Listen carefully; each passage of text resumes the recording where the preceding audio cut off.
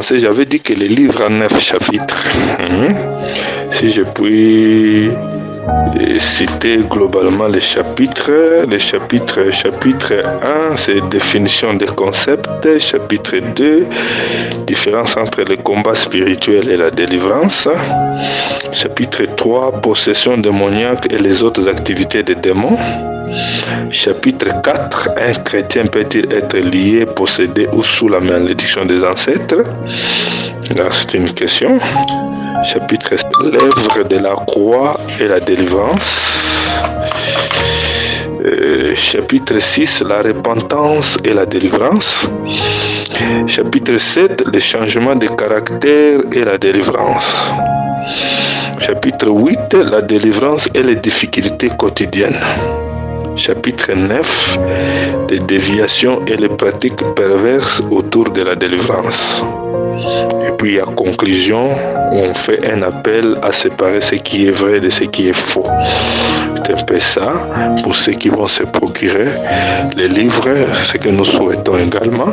Mais ce qui m'intéresse beaucoup, c'est que le contenu soit exposé. Donc quand on me donne l'occasion d'exposer ce contenu, je sens vraiment une grande joie vraiment. Parce que ce qui importe, c'est ce qui est mis à l'écrit. Mais que Dieu nous aide vraiment, parce que ce thème de délivrance est tellement présenté avec beaucoup d'amalgame, beaucoup de mélange, au point que, en tout cas, au lieu de faire le bien, parfois on a l'impression que cet enseignement lie beaucoup plus les gens, surcharge beaucoup les gens qui ne les libèrent. Je voudrais que les gens soient attentifs. J'avais entendu les audios là, je ne vais pas encore répondre. Et par les compassions de Dieu, ne me faites pas dire ce que je n'ai pas dit. Par exemple, quand on dit là-bas, vous avez dit seulement la délivrance concerne le péché. Qu'est-ce que les gens comprennent aussi par le péché? Parce qu'en fait, ce que les gens ne savent pas, quand on parle d'être sauvé, quand on parle le mot sauvé, qui nous a donné les substantifs, et le verbe sauver qui nous a donné les substantifs salut, signifie quoi? Sauver, on dit, c'est arracher quelqu'un des dangers. La définition en français, d'une manière sommaire, sauver quelqu'un, c'est l'arracher à un danger. Maintenant, quand nous ramenons ça dans la Bible, les dangers, c'est quoi? Parce que dans le monde, les dangers peuvent être beaucoup de choses. La faim, ça peut être un danger. La maladie, ça peut être un danger. L'embuscade, la guerre, les bandits qui vous attaquent, c'est un danger. Mais lorsque la Bible parle de sauver, prend le mot sauver pour le ramener dans le contexte biblique, comme nous avons cité Matthieu chapitre 1 là, en parlant de Jésus-Christ, il lui donnera le nom de Jésus, celui qui sauvera son peuple de ses péchés. Parce que nous, quand nous sommes dans la Bible, les dangers pour l'homme, c'est d'abord le péché. Les dangers pour l'homme, ce n'est pas encore sur le plan spirituel, sur le plan biblique. Les dangers pour l'homme, ce n'est pas d'abord la faim, peut-être la difficulté de se marier ou de réussir ses projets. Pourquoi nous disons que le péché, c'est le danger? Parce que le péché a pour conséquence la mort éternelle. La maladie entraîne la mort physique, mais le péché entraîne la mort éternelle. C'est là où j'insiste beaucoup, chers bien-aimés, chers hommes de Dieu. Je crois que Dieu nous a donné le mandat d'annoncer la bonne nouvelle. La bonne nouvelle, l'évangile, c'est que la Bible appelle l'évangile de notre salut. Selon Ephésiens chapitre 1, verset 13, la parole de la vérité, l'évangile de votre salut. Jésus, le nom de Jésus. En grec, là, qu'on nous a traduit en français Jésus. Mais en hébreu, c'est Yehoshua. Yehoshua, ceux qui ont la Bible Scofield, et Matthieu 1, verset 21, quand on dit « Tu lui donneras le nom de Jésus », celui qui sauvera son peuple de ses péchés. Le nom Jésus, vous verrez que Scofield a donné une note à côté. Il dit en hébreu Yehoshua, qui signifie Yahweh et salut. Yahweh est salut. Pour ceux qui approfondissent un peu l'hébreu, des choses comme ça, on dit que le nom de Jésus a la même racine que le nom de Josué. Josué, c'est Yoshua. Et quand vous regardez Josué, c'est Josué qui a fait entrer le peuple d'Israël à Canaan. Moïse les a arrêtés à un niveau, il n'a pas réussi sa mission. C'est Josué qui va prendre et continuer et introduire le peuple dans Canaan. Or, pour nous, vous le savez très bien, Canaan est l'image du ciel, spirituellement parlant. Ça signifie que Jésus-Christ, c'est lui qui est venu nous sauver pour nous introduire dans l'éternité.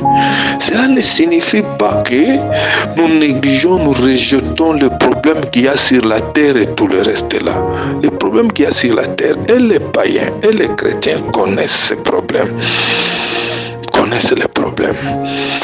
La solution des problèmes sociaux, des problèmes, je ne sais pas comment je peux dire, comme je vais le dire, bon, je ne vais pas anticiper parce que je vais aborder ça au chapitre où j'ai dit le problème de la vie quotidienne et de la délivrance, parce que c'est là où se trouvent les grands problèmes. La gestion des problèmes de la vie quotidienne et l'évangile, c'est là où se trouvent les pièges, c'est là où la séduction nous a rattrapés. Alors, vos questions me permettront à vraiment approfondir et entrer dans les détails. Parce que je crois, lorsque nous parlons de la délivrance, bibliquement parlant, le mot délivrance, la délivrance, le terme biblique de mot délivrance, c'est rédemption. Parce que rédemption est le mot synonyme de délivrance. Parce que rédemption signifie délivrer quelqu'un en payant un prix. Donc lorsqu'on parle de la délivrance, dans le contexte biblique, on parle de la rédemption. Donc la rédemption est incluse dans l'œuvre du salut. La délivrance est incluse dans l'œuvre du salut. On ne peut pas être sauvé sans être délivré. Voilà pourquoi il était question de savoir, on est délivré d'abord de quoi? C'est là où les bien-aimés n'ont peut-être pas saisi ceux qui ont posé la question. Nous sommes délivrés parce que le danger, c'est le péché. La Bible dit, le salaire du péché, c'est la mort. Lorsqu'on parle de la mort, il ne s'agit pas de la mort physique seulement. Parce que quand Dieu a dit dans le jardin d'Éden, quand vous mangerez l'arbre, le fruit de cet arbre-là, celui qui en mangera mourra. Quand Adam et Ève vont manger, ils ne sont pas morts physiquement, directement. Ils sont morts spirituellement parce qu'ils ont été chassés de la présence de Dieu. Ils ont été chassés de la présence de Dieu et la mort physique suivra parce que nous savons que et la mort physique et la mort spirituelle sont des conséquences du péché. L'homme a été créé dans le jardin d'Éden dans une condition de félicité pour vivre éternellement. Mais quand il a péché, il a perdu l'éternité, même si physiquement il a continué à vivre, mais spirituellement il était séparé de Dieu. Voilà pourquoi nous parlons de la mort physique et de la mort spirituelle. Mais quand Christ est venu, comme nous sommes en train de le dire, il a vaincu. Il a vaincu et la mort physique et la mort spirituelle. C'est pour ce qu'il est ressuscité. Mais en attendant, tout en étant chrétien, nous mourrons aussi physiquement. Mais la mort physique pour un chrétien, l'apôtre Paul appelle ça dans 1 Corinthiens chapitre 4 verset 13, il appelle ça le sommeil. Voilà pourquoi Jésus-Christ lui-même, comme il savait qu'il allait ressusciter Lazare, il a appelé la mort de Lazare. D'abord il dit il dort. Parce que les chrétiens seront ressuscités pour vivre éternellement. La mort spirituelle, c'est la séparation d'avec Dieu. Et cette séparation, quand il devient éternel, lorsque quelqu'un meurt dans le péché. C'est ça le danger du péché. La maladie peut susciter l'homme à chercher Dieu. Les difficultés sociales suscitent l'homme à chercher Dieu. À chercher Dieu. et Dieu intervient. Mais le péché amène l'homme dans la séparation éternelle. Voilà pourquoi on dit, on parle de la seconde mort. La seconde mort, c'est le temps de feu, c'est ça la seconde mort. Le temps de feu, c'est que nous disons l'enfer. La seconde mort. Et la seconde mort, c'est la séparation éternelle avec Dieu et on le vivra en enfer. C'est ça le danger du péché. C'est-à-dire que quand on dit que Dieu sauve, il nous sauve de nos péchés. Mais par voie de conséquence, comme le péché a entraîné le malheur, la vie et tout ce que nous avons dit, parce qu'on a dit, il te donnera les ronces et les épines et tout là, la sueur de ton front tu mangeras, les difficultés de la vie et tout le reste là. C'est ce qui fait que quand nous retournerons dans la félicité céleste, dans le millénium ou même dans l'éternité, il n'y aura plus de pleurs, il n'y aura plus de graissement. Les choses là, le temps où il n'y aura plus de graissement, le temps où il n'y aura plus de malheur, tout prédicateur de l'évangile sait, c'est quand nous entrerons dans l'éternité. C'est ça l'estime, c'est ça l'objectif, c'est ça l'espérance de la foi chrétienne. Mais en attendant que nous sommes encore sur la terre, la Bible dit clairement que la piété a double promesse. La piété a la promesse du siècle présent et la promesse du siècle à venir. C'est ce qui fait que pendant que nous sommes sur la terre, nous avons aussi certaines promesses pour la vie qui est sur la terre. Dieu intervient, Dieu bénit, Dieu donne le mariage, Dieu donne la guérison, Dieu répond à la prière. Mais ce sont des choses que Dieu nous donne, comme Jésus-Christ lui-même avait dit, cherchez premièrement le royaume des cieux et toutes ces choses vous seront données par-dessus, c'est-à-dire par ajout. Ce que nous appelons aujourd'hui, dans les termes courants, en lingala on dit matabisi, en français on dit bonus. Mais ce n'est pas ça le principal, parce qu'on n'a jamais eu le bonus sans le produit principal. Vous ne pouvez pas avoir de bonus, d'unité de bonus, si vous n'avez pas acheté l'unité principale. L'unité, c'est enfin, même les juristes le disent. Ils disent l'accessoire suit le principal. Le principal, c'est la vie éternelle, c'est l'éternité. Et c'est là où on dit, quand Jésus-Christ dit, l'Esprit de l'Éternel m'a oint pour proclamer la liberté aux captifs, guérir ceux qui ont les cœurs brisés, proclamer la liberté aux captifs, la liberté aux opprimés. C'est dans ce sens-là que nous parlons de la délivrance. Pourquoi nous avons dit que la délivrance, la délivrance, la rédemption? Parce que le péché a fait que l'homme devienne esclave. Le péché n'est pas seulement des actes, ne sont pas seulement des actes répréhensibles, mais le péché, c'est une nature que l'homme a héritée. Il est devenu esclave, il ne peut que pécher. Il ne peut que pécher. Alors pour le libérer de cet esclavage, de cette nature pécheresse, qu'est-ce qui fait qu'une mangue donne le mangue, un manguier donne le mangue? C'est sa mangueté, c'est sa nature de manguier qui fait qu'il donne le mangue. Comme un pécheur pêche parce qu'il est pécheur. Voilà pourquoi quand Dieu vient nous sauver, nous arracher des dangers du péché. Il ne se contente pas seulement de nous pardonner, d'effacer nos péchés, mais il nous donne aussi la nature de Dieu. Il nous délivre de l'esclavage. Voilà pourquoi j'ai insisté. La délivrance concerne de prime abord. Je dis premièrement. Je ne dis pas seulement, mais je dis premièrement et principalement. La délivrance concerne notre nature pécheresse, notre vie de péché, notre esclavage du péché. C'est là, c'est ce que j'ai dit. J'ai dit que la délivrance ne concerne pas seulement.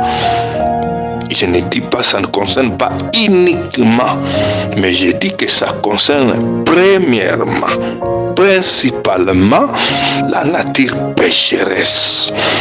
Parce que les péchés sont des actes, les péchés sont une nature. Bon, je ne fais pas un enseignement ici sur le salut. C'est ce que j'ai commencé à dire, et la délivrance comme rédemption fait partie de l'œuvre du salut. Nous ne voyons pas la délivrance en dehors de l'évangile. Il n'existe pas d'évangile qui ne délivre pas. Il n'existe pas aussi l'évangile qui ne délivre pas, n'est pas l'évangile de Jésus-Christ. C'est ça, c'est que nous proclamons la liberté aux captifs. Le jour où l'apôtre Paul a proclamé l'évangile, il y a eu 3000 convertis. Je vais arriver quand je vais parler de l'œuvre de la croix. Les gens ont été libérés. Christ est venu nous donner la liberté. Voilà pourquoi on dit, si le Fils vous affranchit, vous serez réellement libre. Et les problèmes de la vie sociale, les difficultés quotidiennes ne font pas toujours quelqu'un esclave. Et pour cela, j'ai distingué la souffrance en Égypte et la souffrance pendant la marche dans le désert. Là-bas, ils étaient imposés par Pharaon. Un esclave, on ne lui demande pas son avis. Un esclave, on ne lui demande pas son avis. Comme la Bible dit, j'ai vu la souffrance l'oppression dont vous êtes opprimés, la souffrance que vous impose Pharaon. Vous impose Pharaon. Cet esclavage-là. Quelqu'un, c'est ici que je prends un exemple terre à terre, où vous avez quelqu'un, il peut être professeur d'université, mais vous retrouvez en train de courir derrière une petite fille de 15 ans. Vous regardez la femme et vous regardez le statut de la personne, ça ne marche pas.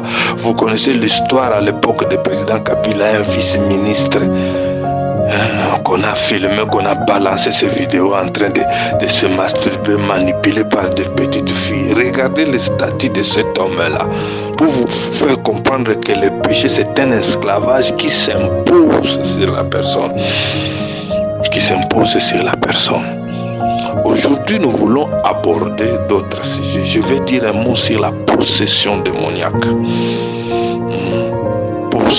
La possession démoniaque et les activités des démons. Je vais dire ça d'une manière sommaire. C'est le deuxième chapitre, c'est le troisième chapitre. La possession démoniaque, d'abord, c'est quoi? Avant d'arriver au chapitre, nous nous posons la question, un chrétien peut-il être possédé? La possession, en français, le mot possession ça peut signifier jouissance d'un bien en tant que propriétaire. Donc, possession est synonyme de propriété. Bien détenu en tant que propriétaire. C'est pour cela que les juristes disent en fait des meubles, possession, c'est-à-dire dans ce qui concerne les biens meubles, quand vous l'avez déjà, vous les possédez, le fait de les posséder, c'est déjà un titre de propriété. Je possède les téléphones, c'est-à-dire je suis propriétaire des téléphones. Dans le domaine des biens meubles, donc les biens qui peuvent mouvoir, qui peuvent se déplacer, les biens qu'on peut se déplacer, qui peut, ça c'est que les gens appellent, les juristes appellent meubles. Donc propriété, possession, c'est-à-dire propriété. Or quand vous venez en droit même, peut-être que certains pasteurs ici sont des juristes, on vous dira quand on parle des droits de propriété, il y a trois éléments. Il y a l'usage, il y a la jouissance, il y a comment je peux dire, là c'est qu'on appelle la bousouche, c'est-à-dire abuser.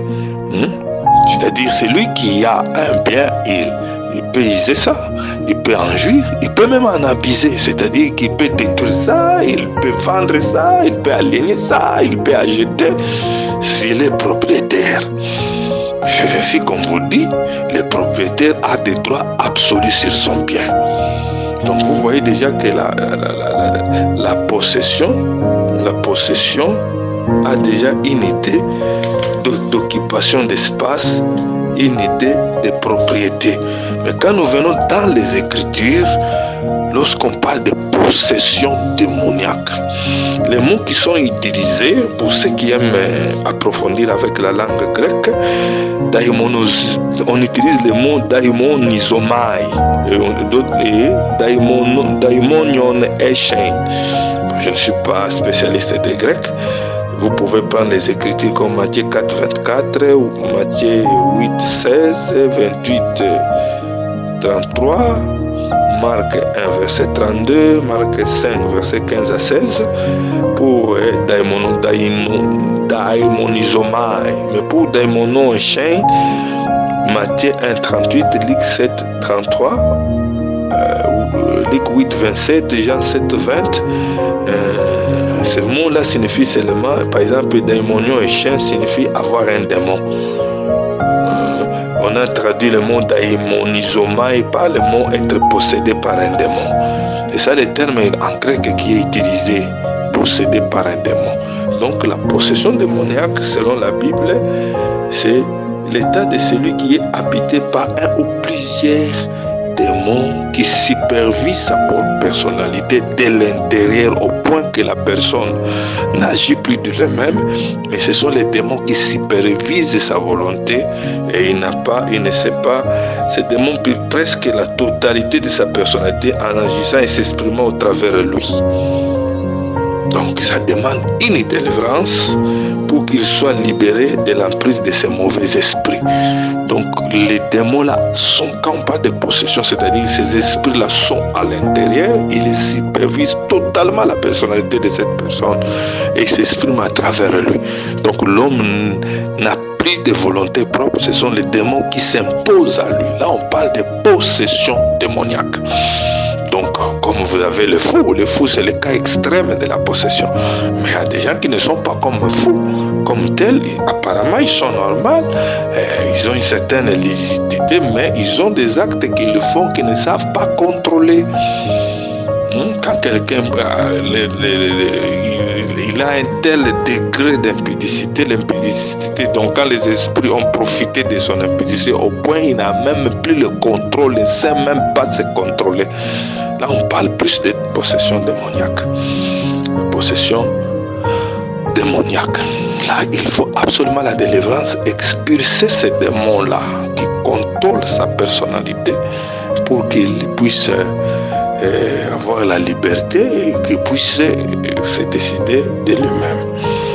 Les démons, quand nous disons les évangiles, la Bible ne nous a pas donné directement l'origine des démons comme tels.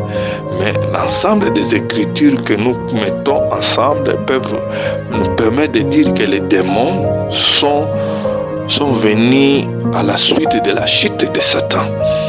Quand Satan a été chassé de la présence de Dieu, selon ce qui est écrit, Isaïe 14, 12, Ézéchiel 28, 12, où on parle de l'astre qui a été chassé, il a entraîné un groupe d'anges. Et ces groupes d'anges qui sont devenus de mauvais esprits à son service. Son service. Les démons sont nombreux, la Bible ne nous a jamais donné vraiment les nombres précis des démons. On parle, nous sommes légions, des milliards, des choses comme ça. Et quand nous lisons les Écritures, nous ne verrons pas là où les Écritures nous obligent à connaître les nombres des démons. La Bible ne nous a pas donné aussi les noms des démons. En tout cas, quand vous voyez Christ chasser les démons, à part le fait qu'on utilise les noms de Belzéboul, par exemple en Apocalypse, on utilise des noms Apollyon.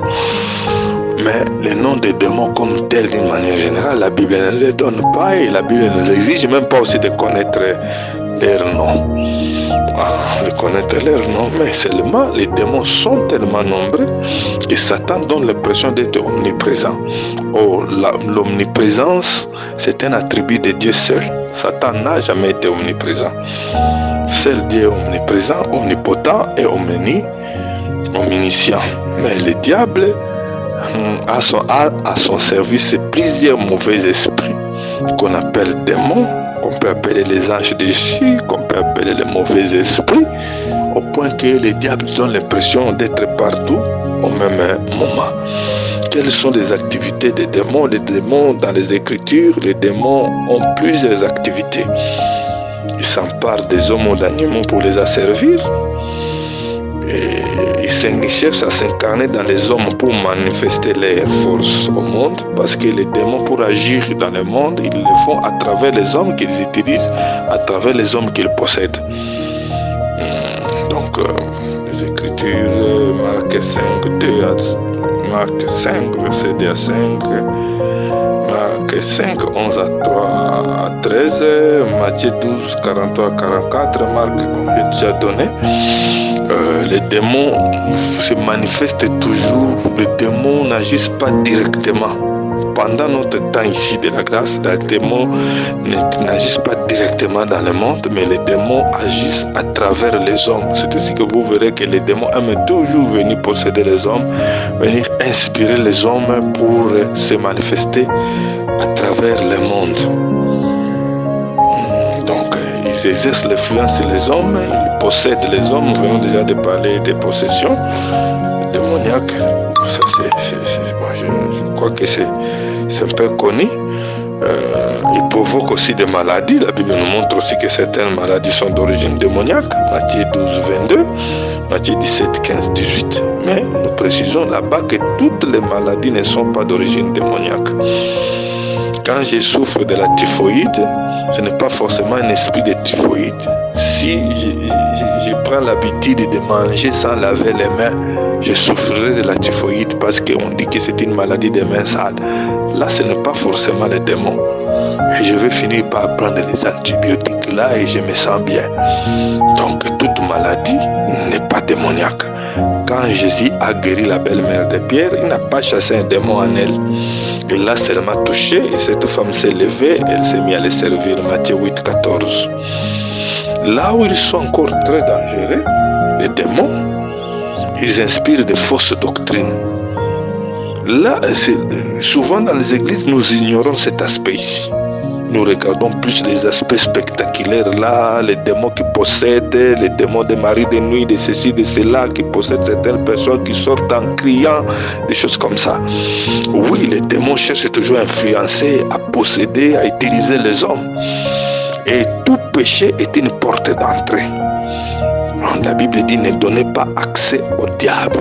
Le péché est une porte, tout péché, tout acte qui ne paye pas la parole de Dieu est une porte d'entrée. Le diable peut entrer à un certain degré, il possède quelqu'un et il l'amène à un comportement bizarre. Peut-être la folie, c'est le cas extrême de possession où même l'intelligence n'est plus fonctionnelle. Mais là où ils sont encore plus dangereux, c'est ce qui est dit dans 1 Timothée chapitre 4, versets 1 à 3. Ils se donneront de fils de docteurs qui vont prêcher des doctrines inspirées par les démons. Les démons inspirent aussi les fausses doctrines. C'est là où peut-être les gens ne font pas beaucoup attention. Nous regardons beaucoup plus les problèmes sociaux, les difficultés, et ainsi de suite. Parce que les difficultés de la vie de chaque jour peuvent susciter quelqu'un à chercher la face de Dieu. Peut devenir même une bénédiction parce qu'on l'a attaqué par les sorciers. Ça l'a poussé à venir chercher Dieu. Ça a poussé la personne à chercher Dieu, à multiplier des prières. Celui qui était venu pour des problèmes, pour des difficultés, des prières, il en sort là-bas comme un prophète. Les dons de prophétie se déclenchent, les dons de vision, il commence à avoir des visions, il a la parole de connaissance, voire même les dons de miracles. C'est que les sorciers, c'est qu'ils ont cru faire de mal, mais Dieu a tourné ça à bien. Mais les fausses doctrines peuvent vous endormir, peuvent vous croire même que vous êtes dans la foi, que vous êtes vraiment dans la volonté de Dieu jusqu'à ce que vous allez vous retrouver en enfer. Parce que l'arme fatale du diable, c'est la séduction par les fausses doctrines. C'est ce que vous allez voir que les fausses doctrines agissent comme des envoûtements. L'apôtre Paul dit, vous courriez bien galant, insensé, qui vous a fasciné. Dans d'autres versions, qui vous a ensorcelé. Il n'y a pas pire sorcellerie que des fausses doctrines qui ne présentent pas clairement l'œuvre de la croix, qui ne présentent pas clairement la seigneurie de Jésus-Christ sur nos vies et sur l'œuvre du salut. Donc, on dit les doctrines inspirées dans la version suisse, on dit doctrine des démons, mais dans la version français courante, doctrine inspirée par les démons. Nous avons toujours l'habitude de dire que quand Satan entre dans une église, il ne s'assoit pas au banc. Quand le Satan entre dans l'église, il va toujours derrière la chair. Parce qu'il va inspirer là-bas la fausse doctrine et cette fausse doctrine va détruire l'église. Parce qu'au bas là-bas, il ne fait pas beaucoup de dégâts. C'est ainsi que vous verrez que même dans l'évolution de l'église, la persécution n'a pas duré longtemps. Le diable a commencé avec des persécutions, avec les Romains, les Néron, les Caligula, jusqu'à ce que, boum, le temps de Constantin, on a infiltré l'église. Le catholicisme a commencé, on a infiltré l'église, on a pacifié, voilà. Le diable utilise la persécution. Mais souvent la persécution, le temps de persécution produit souvent que des vrais chrétiens. Parce que pendant la persécution, la foi coûte la vie. Donc pour professer Jésus-Christ, il faut être prêt à mourir. En ce moment-là, les gens qui croient, ils croient sincèrement. Et le diable n'aime pas cette beauté-là. C'est pour cela que le diable aime toujours infiltrer. Il infiltre, il amène les fausses doctrines et il vous endort. C'est pour cela que la Bible dit réveillez-vous en fait du sommeil. Ça, c'est aussi une activité cruciale du diable.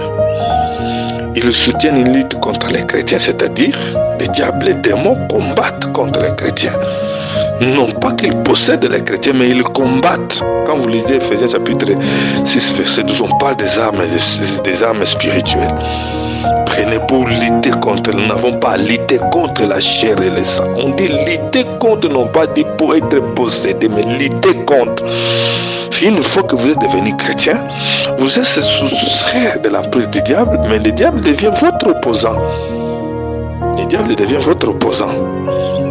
Le diable devient votre opposant, il le combat. C'est d'où le nom Satan. Donc d'autres activités. Le diable entraîne aussi des blocages. Il combat, il bloque aussi parce que les Écritures disent, par exemple, quand vous lisez un Thessalonicien, je crois un Thessaloniciens 2, verset 18, l'apôtre Paul dit, je voulais venir vers vous, mais Satan m'en a empêché. C'est-à-dire, il crée aussi des obstacles, mais cela se fait toujours sous la permission et le contrôle de Dieu. Les diables, les mauvais esprits peuvent attaquer aussi les biens matériels, par exemple dans le cas de Job. Job chapitre 1, verset 12 à 22, mais c'était toujours sous la permission de Dieu, parce que les diables et les démons n'ont pas la souveraineté sur la vie des enfants de Dieu. On en parlera. On en parlera. D'autres activités du diable ou des démons peuvent être déduites des noms au titre de Satan.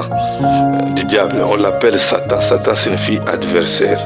C'est-à-dire, c'est lui, un adversaire, c'est une personne opposée, hostile à un autre, voulant avoir la supériorité sur elle. Il a par là le rôle de faire opposition à Dieu. Le diable fait opposition à Dieu à l'église en créant quoi? En créant aussi l'esprit antichrist, l'esprit qui s'oppose à la parole de Dieu, l'esprit anti-parole. 1 Jean chapitre 2, verset 18, et plusieurs antichrists sont venus dans le monde. 2 Thessaloniciens chapitre 2, verset 3 à 4. L'antichrist là-bas est appelé lui-même adversaire. Donc le diable, c'est l'adversaire de Dieu. Voilà pourquoi il s'oppose à la parole de Dieu, amenant de fausses doctrines, amenant l'incrédulité. Le diable, il fait de l'adversaire. C'est une personne hostile. C'est pour cela que nous avons les combats spirituels, parce que nous avons un adversaire. Et son nom diable, du grec diabolos, qui signifie calomniateur. Calomnier, c'est répandre de faux bruits. Voilà pourquoi dans l'église, quand vous voyez une personne qui a la calomnie facile, la calomnie, la médisance, ce que nous appelons en lingala les songi, ce sont des marques propres de Satan. Quand cela est installé dans la vie d'une personne, la calomnie, quelqu'un qui peut inventer les choses dans les vides, c'est l'esprit diabolos, c'est ça le diable calomniateur. C'est pour cela qu'on crée tout. Vous savez, on a toujours des faux bruits sur l'œuvre de Dieu. Telle personne a fait ceci. Vous voyez les églises, un pasteur peut faire un dégât. On ne vous dit pas que pasteur va aventurier. On dira, bah pasteur va aventurier. Ça, c'est l'esprit calomniateur du diable. Vous allez remarquer même comment on a crucifié Christ.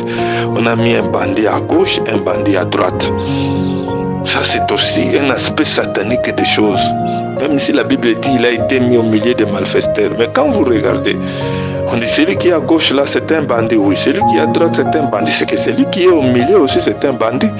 Et pour que le diable crée la zizanie dans l'œuvre de Dieu, il fait toujours qu'il suscite aussi des faux qui viennent travailler à côté des vrais. Et quand on regarde le faux, on ne dira pas que c'est celui-là qui fait A là qui est faux. On dira même que les B et les C là sont des faux.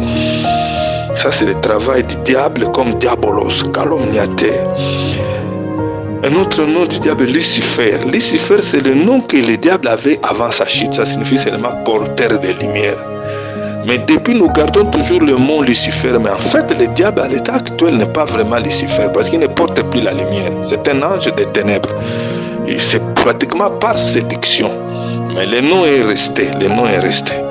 Il était Lucifer quand il était à la face de Dieu, c'est-à-dire il portait la lumière, il portait la gloire de Dieu. Aujourd'hui, il a gardé cette capacité de s'échanger en âge de lumière, selon 2 Corinthiens chapitre 11, 14. Et pour le moment, il est plus Satan et adversaire, mais le nom Lucifer est toujours collé à Satan. Les tentateurs, tenter quelqu'un, c'est l'exciter au mal. Et la tentation cible les chrétiens. Les païens ne sont pas tentés parce que les païens, c'est leur vie. Tenter, quand le chrétien est tenté, ce n'est pas qu'il est sous l'autorité du diable. Tentation signifie pas que tu es possédé ou tu es en prison. Tentation signifie seulement que tu as changé de camp. Le diable te sollicite à faire le mal. Parce que tenter, c'est exciter au mal. C'est le travail que le diable fait en permanence. Le diable aussi, on l'appelle le malin. Donc une personne rusée et astucieuse. Donc le diable utilise la ruse et ainsi de suite. Le diable est appelé aussi ennemi, une personne hostile et nuisible. De là, nous expliquons le combat spirituel. Le diable est appelé aussi le prince de ce monde. Le prince de ce monde ou le Dieu de ce siècle. C'est dans ce sens ici que le diable inspire beaucoup de choses que nous voyons dans le monde. Il inspire les modes, il inspire des comportements que vous voyez dans les musiciens, dans les footballeurs. On a des tatouages à gauche, aujourd'hui on a tel mode, demain ça sera l'autre mode, là-bas le mouvement dans un sens, dans un autre, parce que le monde est comparé à la mer. Ils suivent les vents, parfois ils vont dans ce sens, parfois ils vont dans un autre sens. C'est parce que le diable règne sur eux, on l'appelle le Dieu de ce siècle. Le Dieu de ce siècle. Selon 1 Jean chapitre 2, versets 15 à 16. 2 Corinthiens chapitre 4 à 4. Il y a d'autres mots aussi autour de l'activité. Il y a par exemple les mots oppression. La Bible, il n'y a pas une écriture qui dit clairement dans la Bible, dans la Nouvelle Alliance, dans les évangiles, dans les épîtres, qui distingue l'oppression de la possession. Mais quand nous comprenons la définition de l'oppression, l'exercice d'un pouvoir autoritaire abusif sur un ou plusieurs personnes, c'est synonyme de la tyrannie. L'oppression, c'est soumission forcée à un pouvoir autoritaire abusif. Mais quand nous regardons l'écriture, Exode chapitre 3, verset 9, où on parle de l'oppression que subissaient les enfants d'Israël en Égypte, donc nous comprenons que l'oppression, les enfants d'Israël étaient en ce temps-là esclaves de Pharaon. C'est parce qu'ils étaient esclaves qu'ils étaient opprimés. Donc l'oppression, c'est une conséquence de l'esclavage. Celui qui est sous oppression, il est sous esclavage. Donc les païens sont sous oppression du diable parce qu'ils sont esclaves.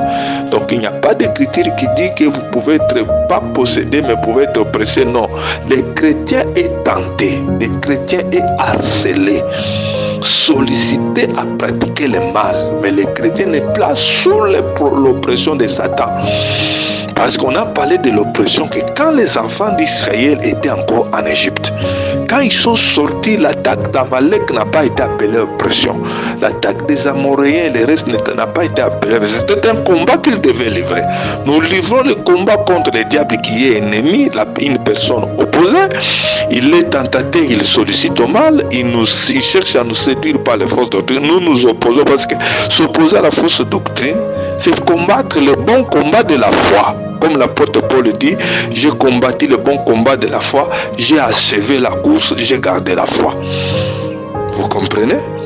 Mais quand on dit que j'ai vu l'oppression dont les Égyptiens les oppriment, l'oppression était la conséquence de leur esclavage en Égypte. Et on devait les soustraire à cet esclavage. Maintenant, ils étaient libres d'avoir l'armée parce qu'en Égypte, quand ils étaient oppressés, ils n'avaient pas d'armes là-bas. Quand quelqu'un est pécheur, il est sous l'oppression des péchés qui les brisent. Il ne sait pas combattre parce qu'il est esclave. Il faut d'abord qu'il sorte de l'esclavage. Et nous avons dit le principe est que celui qui vous sort de l'esclavage, lui-même ne peut pas être esclave. Jésus n'a jamais été esclave des péchés. Voilà pourquoi souvent dans les sacrifices, on vous demande de prendre un animal, une génisse, un animal qui n'a jamais porté de joug. C'est cet animal qu'on doit sacrifier. Voilà pourquoi l'agneau devait être sans défaut. Donc, l'oppression, c'est une conséquence. Donc, mais dans les évangiles, dans les écritures, il n'y a pas une écriture claire qui parle de l'oppression comme telle, distinguée de la possession. Nous allons le voir quand nous allons répondre à la question est-ce qu'un chrétien peut-il posséder. On prend toujours les écritures des évangiles là. Vous verrez que les cas de possession, nous les voyons dans les évangiles. Et dans la plupart des cas, ça concerne ceux qui n'ont pas encore rencontré Christ. Et n'oubliez pas encore, dans les évangiles, Christ n'est pas encore mort sur la croix. Que le Saint-Esprit n'est pas encore venu. Voilà pourquoi nous croyons que l'Église a débuté réellement à partir des actes des apôtres. Après la venue, je vais venir sur ça quand je vais parler des changements de comportement, les changements de mauvais caractère et de comportement et la délivrance. Vous allez voir, j'ai parlé d'Amalek. Dieu a permis la guerre d'Amalek parce qu'Israël avait déjà mangé la manne.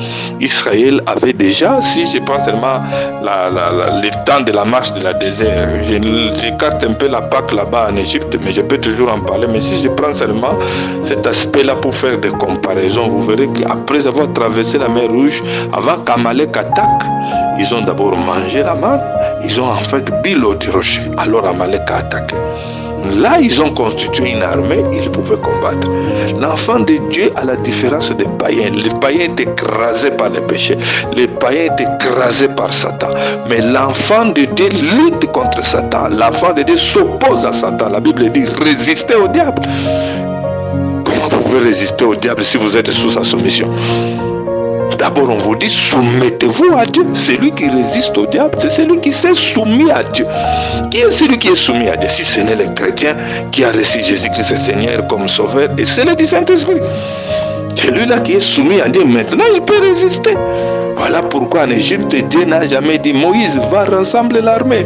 C'est ensemble les enfants, c'est comment s'attaquer. Donc toi-même, Moïse, va vers Pharaon, je l'endurcirai, mais voilà ceci, voilà ceci, voilà cela. Et à la fin, vous sortirez. Et quand ils sont sortis, Amalek a attaqué. Dieu n'a pas dit Moïse, va combattre Amalek, va attaquer Amalek. Moïse, lui, reste sur la montagne. Mais toi, Josué, rassemble l'armée, attaquez.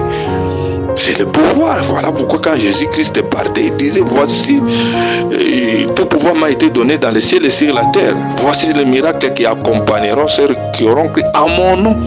Ils chasseront les démons. Chasseront les démons. Il y a aussi un terme qu'on appelle obsession. On le voit beaucoup plus en psychiatrie, mais que la Bible n'utilise pas directement.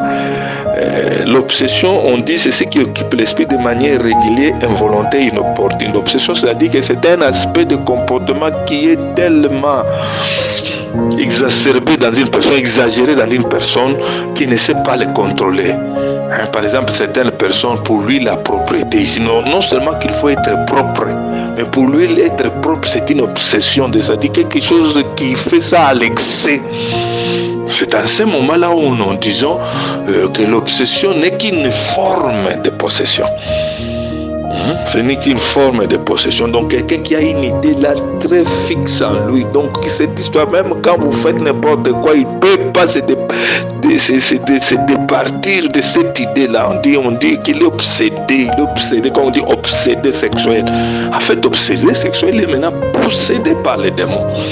L'impudicité a pris une ampleur qui n'est plus simplement un acte charnel, une vie charnelle mauvaise, mais qui devient maintenant une vie incontrôlable.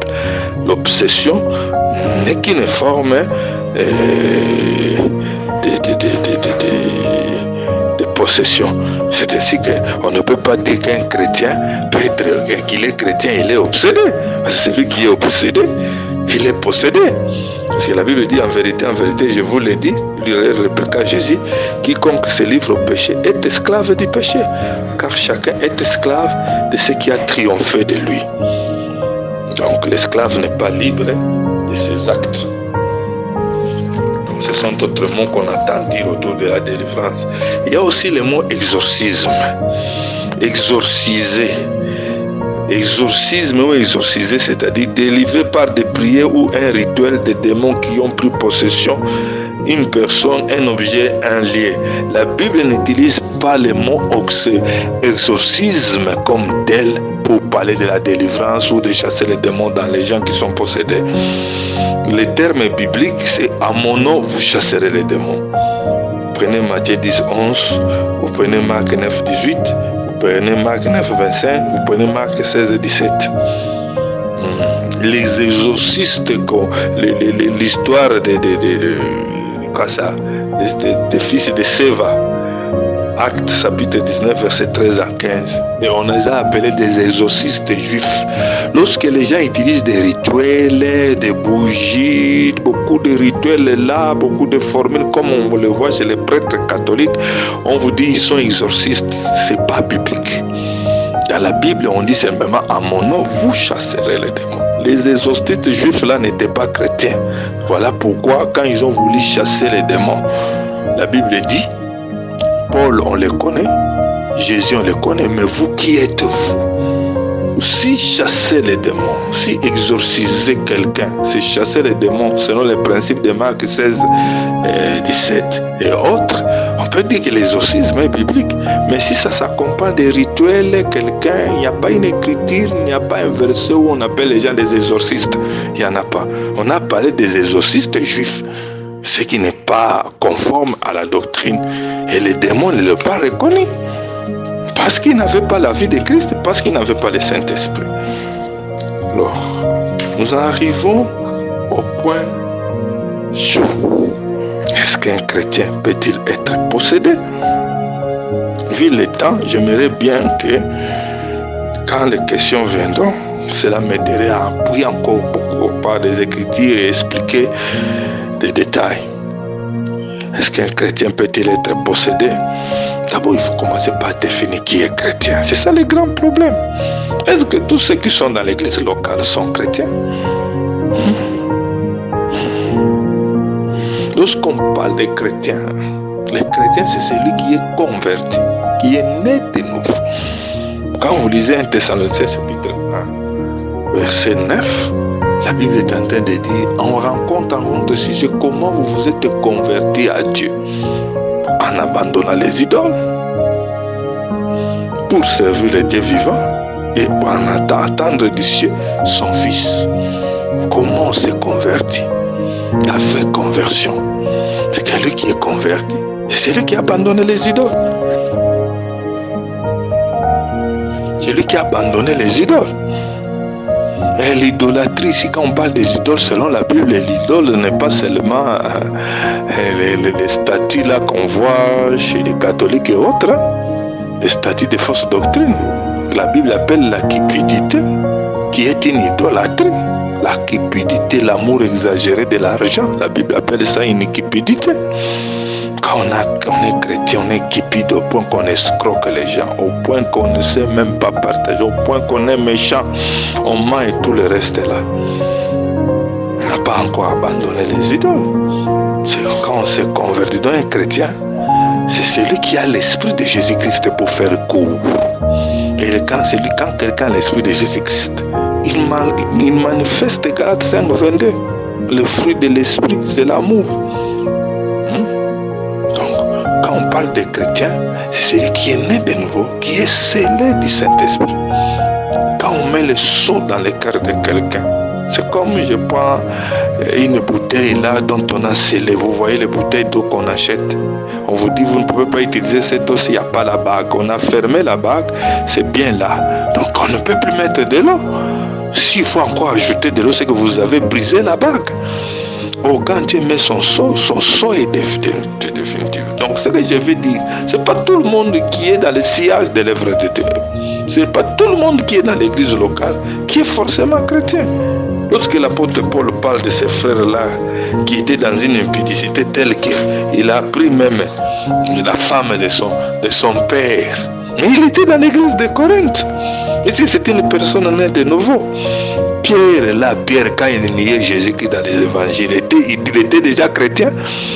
Mais le même Pierre est là. Quand le Saint-Esprit est venu scellé de l'Esprit de Jésus, c'est le même Pierre qui a conforté les Salédrins, qui s'est fait fouetter et tout en gardant la joie. Voilà pourquoi quand on regarde les Écritures, vous prenez une écriture dans les évangiles, il faut marcher dans les actes. Il faut aussi arriver jusqu'à dans les épîtres pour avoir l'éclairage. Dans les évangiles, Christ enseigne. Dans les actes des apôtres, les gens ont vécu l'enseignement de Jésus qui est devenu une vie en eux. Ils ont pratiqué les enseignements de Jésus parce que le Saint-Esprit était venu. Et dans les épîtres, on a expliqué. Voilà pourquoi c'est très important dans l'orthodoxie des choses de ne pas prendre seulement un verset dans l'évangile et de bâtir toute une doctrine pour l'église là-bas. La Bible nous dit dans Éphésiens chapitre 2 verset 20, nous sommes édifiés sur le fondement des apôtres. C'est-à-dire ce que nous pratiquons, nous suivons dans l'église, c'est ce que les apôtres ont interprété. L'interprétation 1 de l'ancienne alliance, ce que nous appelons l'Ancien Testament, l'interprétation même des évangiles de Jésus, l'interprétation même de ce qui s'est passé dans les actes des apôtres. Ce que les apôtres ont expliqué, c'est ça la vie de l'église. La vie de l'église, c'est vraiment clairement expliqué dans les épîtres. Alors, vous voyez que ça, on vous dit là-bas, la Bible parle aussi des faux frères. Des faux frères, ils sont à l'église.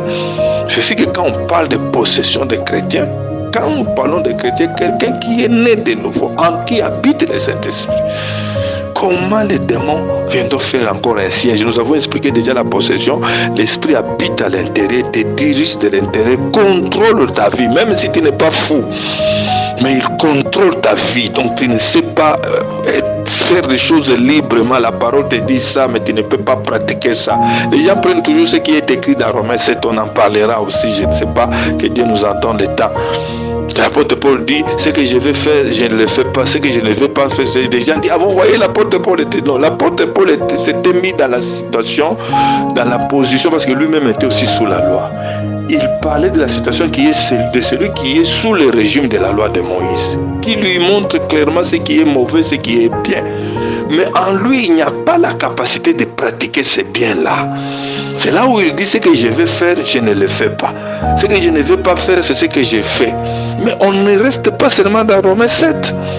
Lisez Romains 8, verset 1. C'est comme nous disons chaque fois quand vous entrez dans les marchés, vous n'achetez pas la première table. Vous circulez pour comparer les prix. Circulez dans les Écritures. Quand vous allez dans Romains chapitre 8, la Bible dit clairement, gloire soit rendue à Dieu. La loi de l'esprit de vie de Jésus, la loi de l'esprit de vie de Christ m'a affranchi de la loi du péché.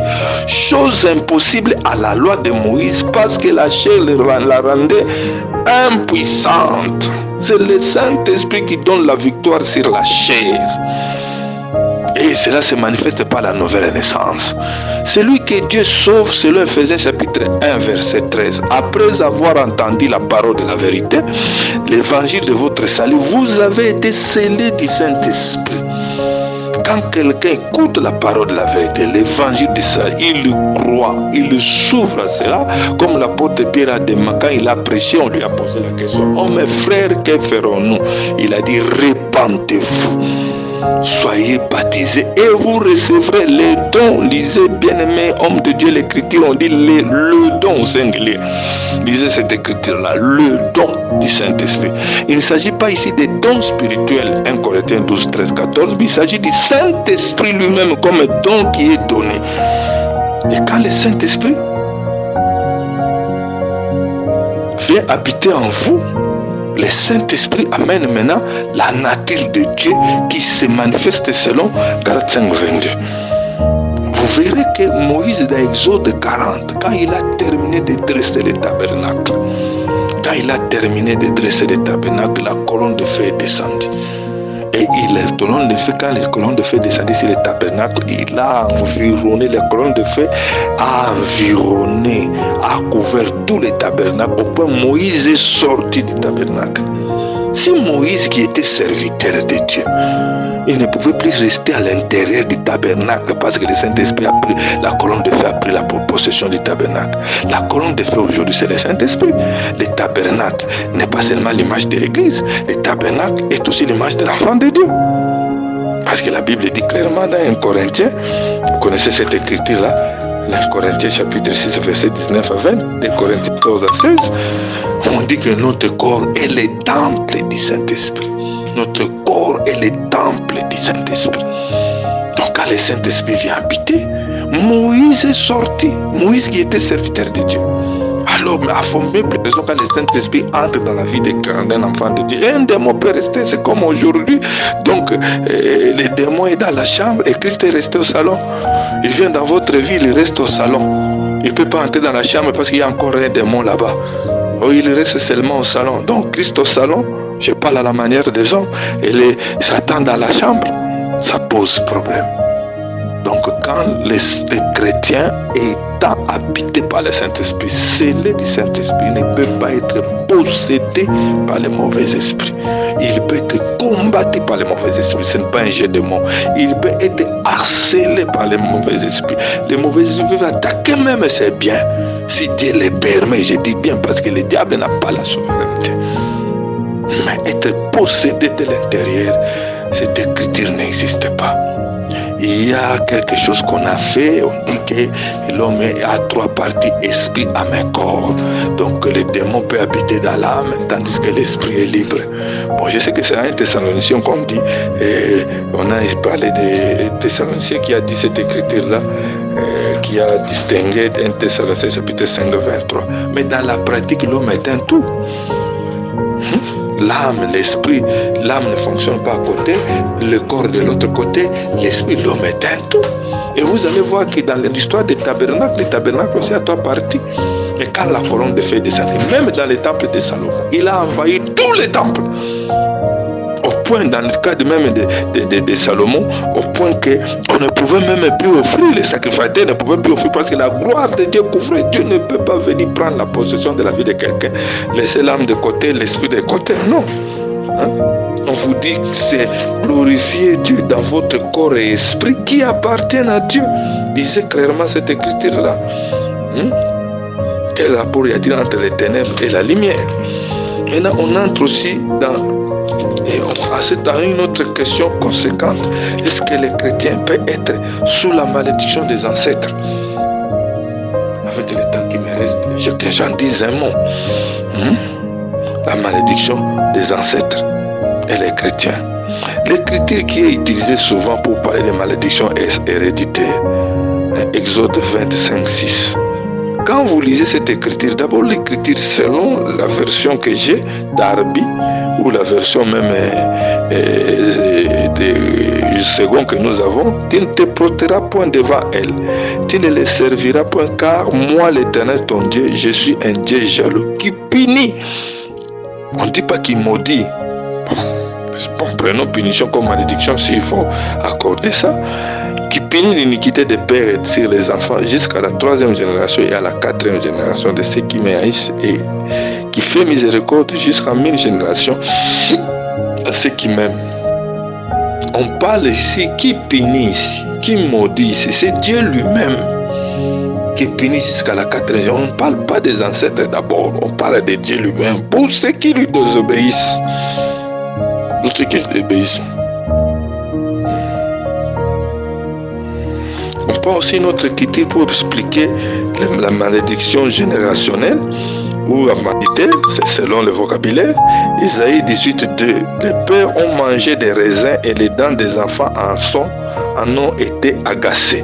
C'est cette écriture-là qui est souvent citée. Mais nous avons dit que, nous disons que la malédiction a été portée sur la croix. Quand nous lisons Galates, je vais directement, parce qu'on a pris beaucoup de temps.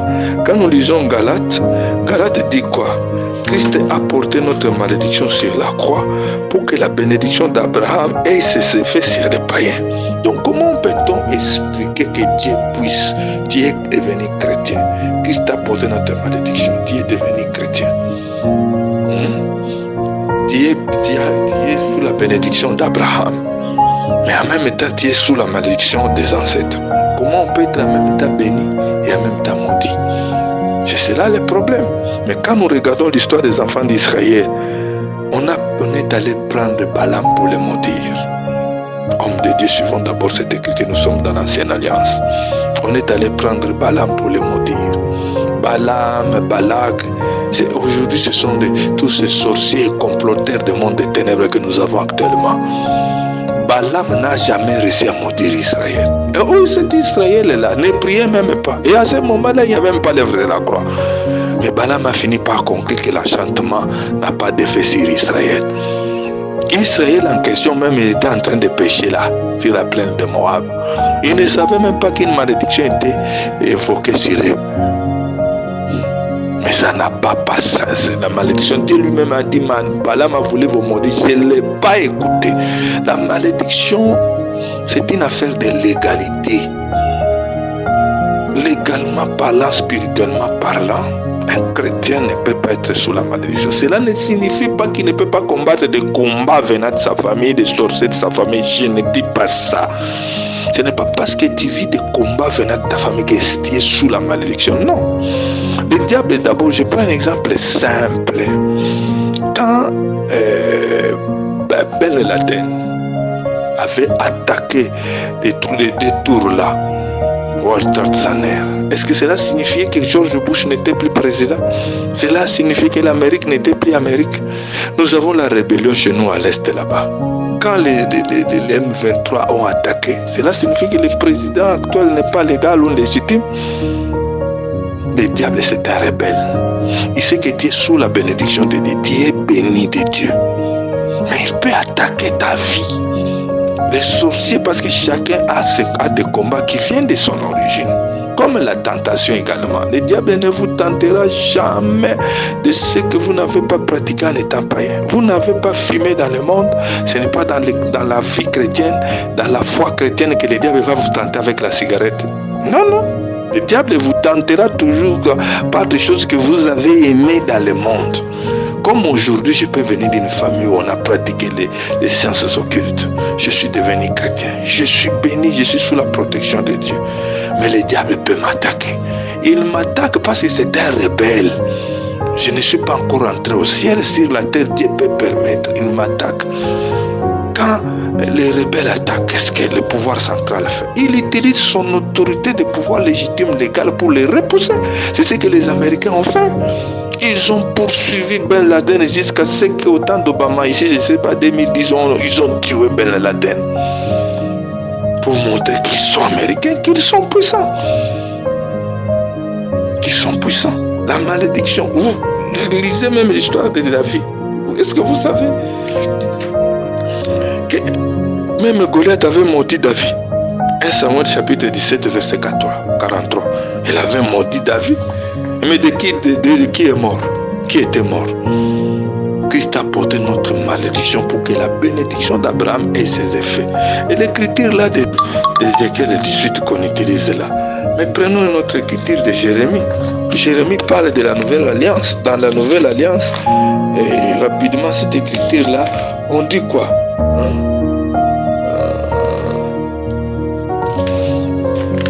Je dis rapidement, Jérémie 31, verset 29 à 30, on dit quoi? En ces jours-là renvoie à quoi? Vous allez coupler ça avec Hébreux 8, 6, 10, Hébreux 10, 16. En ces jours-là, la Bible dit, après ces jours-là, je ferai avec une alliance nouvelle. C'est cette alliance dans laquelle nous sommes. Après les jours de la loi, Dieu a fait cette alliance, l'alliance de la grâce. Et dans ces jours ici de la grâce, la Bible dit, on ne dira plus les pères ont mangé des raisins verts et les dents des fils en sont agacées. Car chacun mourra dans son iniquité. Tout homme qui mangera des raisins en aura ses dents agacées à lui. Donc nous sommes dans cette alliance ici où la malédiction héréditaire n'est pas opérationnelle. Ne confondez pas le combat des familles, c'est une réalité. Moi-même, j'en suis témoin. Mais je ne crois pas à mon âme et conscience que je suis humain. Ils peuvent prononcer leurs mauvais sorts. Dieu peut faire que je puisse en voir le fait. Si Dieu l'a permis, c'est qu'il veut me dire quelque chose. Il veut peut-être m'amener à des prières. Il veut m'amener dans une autre dimension. Il y a d'autres personnes. Il y a d'autres personnes qui sont venues. Il y a des cas. La personne qui est venue dans la foi, quand il s'est converti, ils avaient des combats, des célibats chez eux. La sœur là, quand il s'est converti, le mariage s'est venu, parfois on n'avait même pas eu à prier pour elle. À d'autres personnes, on va lui montrer que vous êtes combattu par des célibats. Levez-vous, priez. Dieu veut le passer par cette école-là. Mais comme il est en Christ, nous sommes dans cette génération. Excusez-moi de faire une petite extrapolation. Mais je les laisse comme ça. Ce sont des questions qui vont nous aider à comprendre et à établir certaines choses clairement. On parle de malédiction héréditaire, des choses comme ça. L'écriture n'existe pas. On prend toujours Exode 20. Mais Exode 20, là, quand vous lisez, c'est celui qui parle de punition, c'est Dieu. Il punit, il ne dit pas que les ancêtres, c'est lui qui punit. Et puis quand il punit, il s'arrête à la 4e génération. Il bénit jusqu'à la 1000e génération. Faites cet écart de 4 et de 1000. On parle beaucoup de 4 générations, mais on ne parle pas de 1000. Mais on a dit aussi que la malédiction punit jusqu'à la 4e génération. On ne dit pas qu'il punit qu'il maudit jusqu'à la 5e génération. Tel que nous sommes aujourd'hui dans nos familles, nous sommes de quelle génération? La malédiction commence avec qui? Nous sommes de quelle génération? 3e, 4e, 6e. Et quand on parle, la malédiction s'arrête jusqu'à la 4e génération. Le chiffre 4, dans la Bible et dans la numérologie biblique, ça explique beaucoup de choses. Le chiffre 4, c'est le chiffre de la délivrance.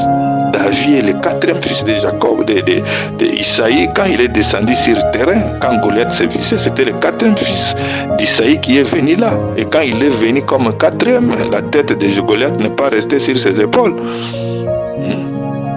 Le 4e, quand on parle de Judas comme 4e fils de Jacob, on dit quoi? Tes frères te loueront. Parce que la louange, c'est Judas. Pourquoi on va louer Judas? Parce que c'est Judas qui va amener la victoire. Et le véritable lion de la tribu de Judas, c'est Christ. Et quand Christ est venu, Christ c'est lui le 4e. Quand il est venu, il a bousillé ça, il a porté notre malédiction. Mais le combat, donc quand l'enfant, et comme je parle aussi à des prédicateurs, vous savez toujours que la réalité n'est pas toujours vérité.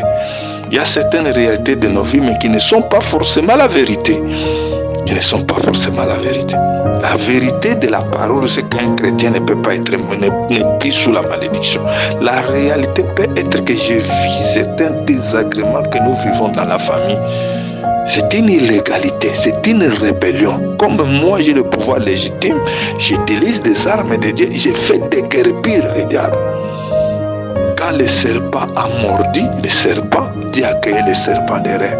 Et quand le serpent te mordait, il n'était pas question de scruter la plaie, de chercher je ne sais pas quoi, quelle est la pierre qui avale le venin, de regarder comment le sang coule. Non, c'était seulement regarder le serpent des reins qui est élevé. C'est là aussi. Et n'oubliez pas que le problème de malédiction, c'est un problème de légalité. La malédiction n'a plus de légalité. Je dis bien, n'a plus de légalité dans la vie d'un chrétien. Même si certaines forces démènent, certains éléments démènent, ça c'est l'illégalité des diables. J'ai fait un petit témoignage d'un ami, pasteur m'a rencontré il y a longtemps, 10 ans peut-être passé. Il y avait une de ses fidèles qui en plein nuit comme ça, il entend une voix qui sort de lui en train de lui dire que tu ne dépasseras pas 12 heures, prends tes dispositions, 12 heures aujourd'hui tu vas mourir. Il se lève, il va voir le pasteur. Il pleurait déjà. Je vais mourir, je vais entendre une voix, je vais mourir. Le pasteur a regardé, tu vas mourir, donc toi tu as préféré écouter cette voix-là. Tu as préféré accepter cette voix-là. Donc amène un papier comme ça, on va faire le programme de ton funérail, on va acheter quel cercueil, on va exposer ton corps. Mais pasteur, comment tu dis ça? Mais toi, tu préfères croire à cette voix que ce que Dieu a dit sur toi. Cette voix-là est démoniaque. Mais crois à ce que Dieu a dit, toi tu es enfant de Dieu, ceci, proclame ça, crois à ça. Et là, c'était comme le voile qui était enlevé. Et jusqu'à aujourd'hui, elle est vivante. Donc, les combats viennent dans la vie des enfants de Dieu de diverses manières. Mais il faut se reposer sur la légalité de l'évangile et sur la puissance du Saint-Esprit. Les liens démoniaques, un chrétien peut-il être lié? Dans le langage de la Bible, être lié signifie seulement être esclave. Le lien ne signifie pas un combat à gauche, une pesanteur quelque part qui te poursuit parce que tu avances, tu recules. Oui, il y a certaines choses, il y a des combats que Dieu utilise aussi pour notre croissance spirituelle. Être lié selon le langage de l'évangile signifie simplement être sous l'esclavage. Comme un enfant de Dieu ne peut pas être sous l'esclavage de Satan, nous ne pouvons pas dire qu'un chrétien né de nouveau, je dis bien chrétien né de nouveau, je ne dis pas membre de l'église locale, comprenez-moi très bien, ne peut pas être lié, il peut être combattu. On prend l'image de Lazare dans Jean chapitre 8. L'image de Lazare.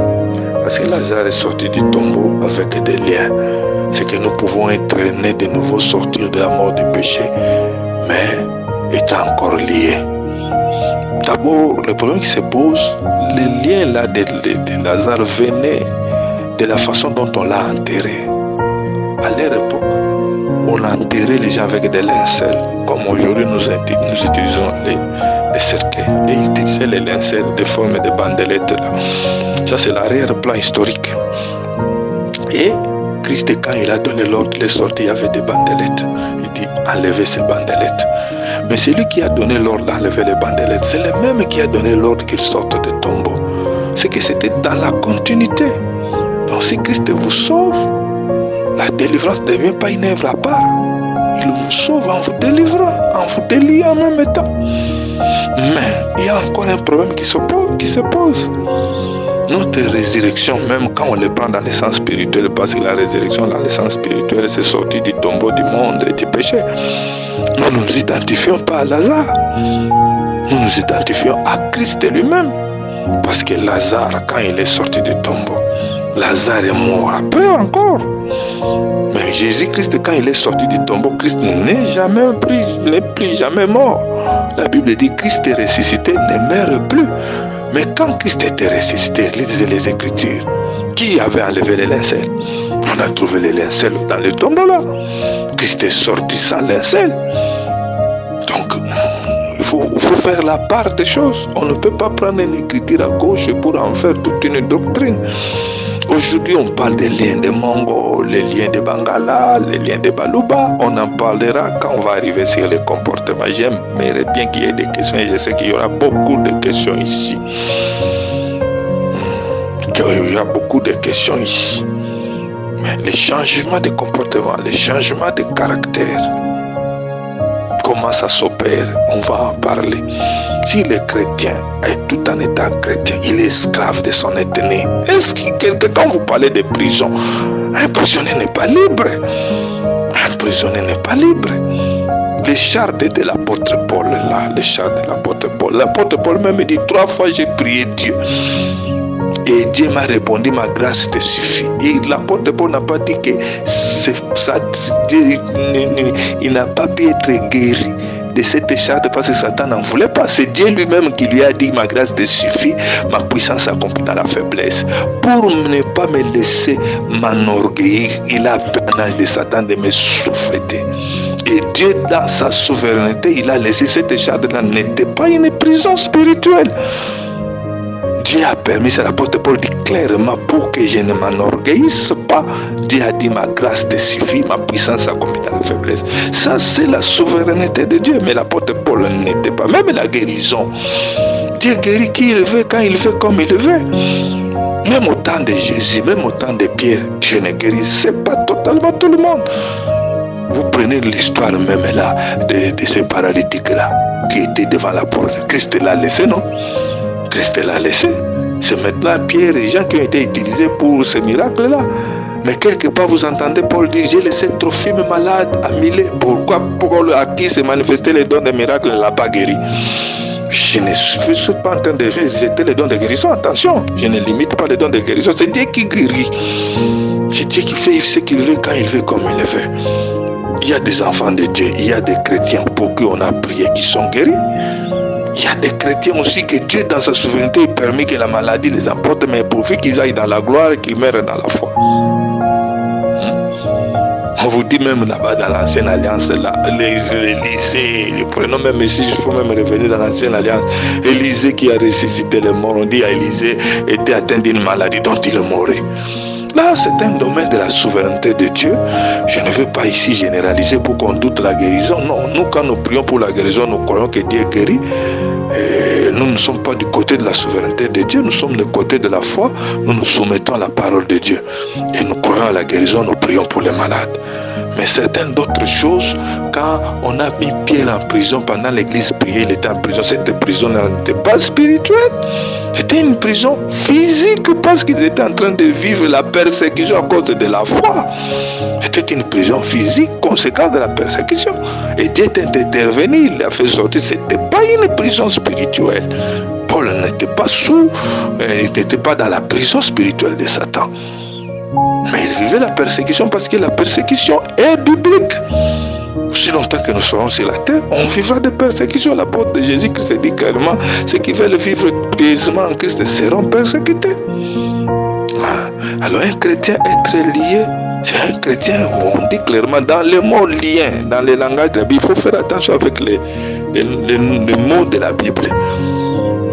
Il y a des mots, je peux dire entre guillemets, mais ce sont des mots techniques de la Bible. Lorsqu'on parle de l'être lié, dans le langage, être lié, c'est être esclave. Ce n'est pas être combattu à gauche, à droite. Quand vous êtes combattu par la sorcellerie de votre famille, vous n'êtes pas lié. Même si ça combat votre mariage, on ne dit pas que vous êtes lié. Vous êtes seulement combattu, ce n'est pas un jeu de mots. Parce que celui qui est lié ne peut pas se délier lui-même.